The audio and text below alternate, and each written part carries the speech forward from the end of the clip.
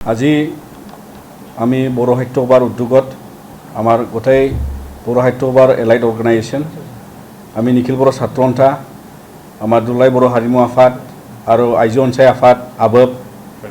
আৰু Bodo primary teacher association আমি একেলগে লগ লাগি বড়ো সাহিত্য সভাৰ সিদ্ধান্ত মৰমে আৰু জাতীয় সিদ্ধান্ত হিচাপে আজি সেন্সাছৰ বিষয়ত যেহেতু বড়ো ভাষা 8th শিডিউল প্ৰাপ্ত আমাৰ নেশ্যনেলি ৰিকগনাইজ এটা লেংগুৱেজ ইয়াৰ ক্ষেত্ৰত সকলো বড়ো ৰাইজ বা বড়ো ভাষা জনা বা বড়ো ভাষা মানে প্ৰাপ্ত হিচাপে আমি সেন্সাছৰ যেটো এতিয়া প্ৰথম পৰ্যায়ৰ হাউচ লিষ্টিঙৰ এতিয়া সেল্ফ এনুমাৰেশ্যন যেতিয়া ষ্টাৰ্ট হ'ল তেতিয়াৰ পৰা যেটো এপৰ লেংগুৱেজ বা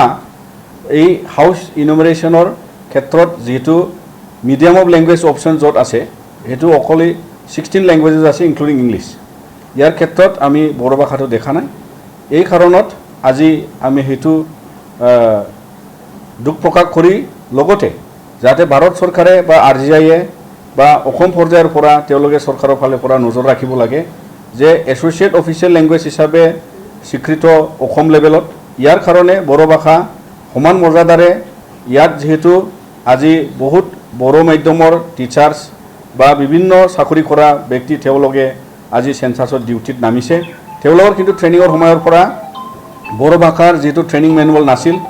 সেন্সাছৰ ট্ৰেইনিং মেনুৱেল বড়ো ভাষাত নাছিলে তাৰ কাৰণে তেওঁলোকে হেতু দুখ প্ৰকাশ কৰিছে তো গোটেই কাৰ্যসূচীটো যাতে বড়ো ভাষা যিকোনো প্ৰকাৰৰ নেশ্যনেল লেভেলৰ পৰা আজি যেটো সেন্সাছৰ প্ৰক্ৰিয়া চলি আছে অনাগত সেকেন্ড ফেজৰ ক্ষেত্ৰত যাতে বড়ো ভাষাটো প্ৰয়োগ হয় আৰু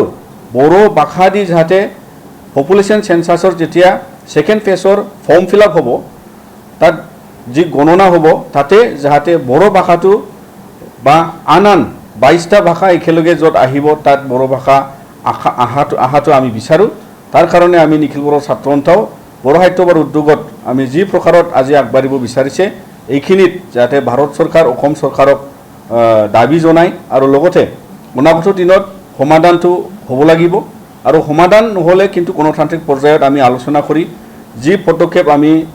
সাহিত্য সভাৰ উদ্যোগত লোৱা যাব সেইখিনি আমি নিখিল বড়ো ছাত্ৰ সন্থাই সদায় আমি সহযোগ কৰি যাম কিয়নো আমাৰ ভাষা হ'ল এটা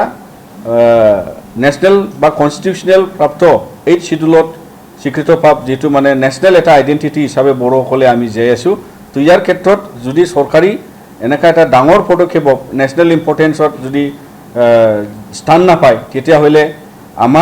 আমাৰ জাতি হিচাপে বা বড়ো জাতি হিচাপে আমি এটা নিগলেক্ট বা এটা ইগনোৰেঞ্চটো আমি ফিল কৰে তাৰ কাৰণে বহুতো বড়ো ৰাইজে